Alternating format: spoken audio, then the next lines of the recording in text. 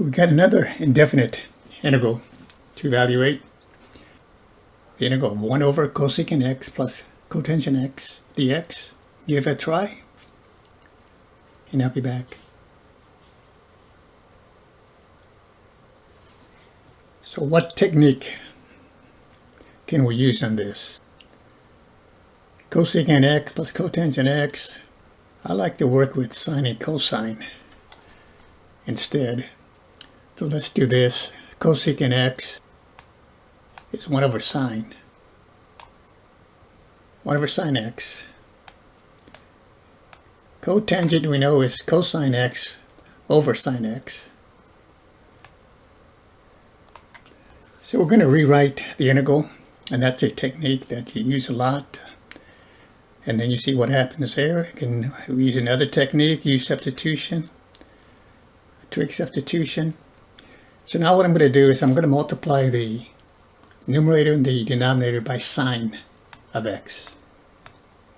So my new integral then, the integrand will become then multiplying by sine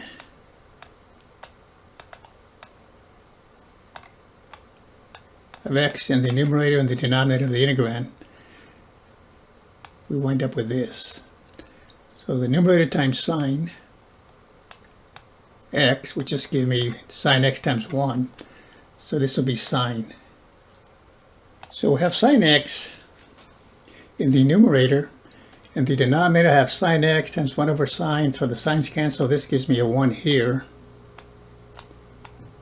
And then in the next term, right here, cosine x, sine x, again multiplied by sine, cancels the sine in the denominator. So this gives me cosine x. Now we look at this and see, okay, what kind of technique can we use here? The U-substitution can always be applied in most cases. If you take the derivative of something and that result appears, say, especially in the numerator. So notice if I take the derivative of the denominator, the derivative of 1 is 0.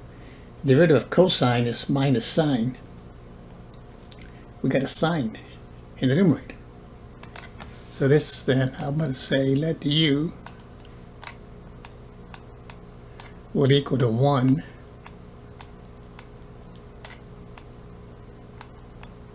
plus cosine. Now taking derivative here, I got du on the left. Derivative 1 is 0. Derivative of cosine is minus sine of x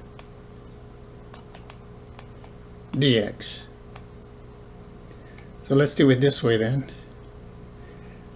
I have a sine x dx in the numerator, so let's multiply this right here, du equal minus sine x dx by a negative.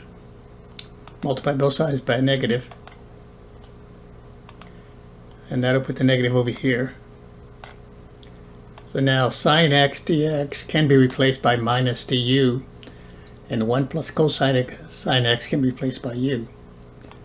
So my next step then would be I have the integral of minus du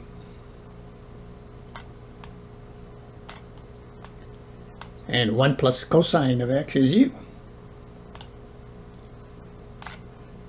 So you can look at this as factor out the negative. You can look at this as 1 over u du. You have to know the integral of 1 over u du. That's this log, natural log of absolute u. So bringing out the negative here, this will be negative natural log of absolute u, plus my constant of integration. And then you always want to go back to the original variable. We're dealing with x. We'll just make the substitution. This comes out to minus natural log of the absolute value, and u is 1 plus cosine x.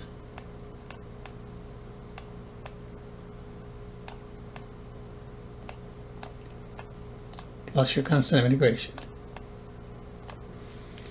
That's your answer. Thanks for watching. We'll see you next time.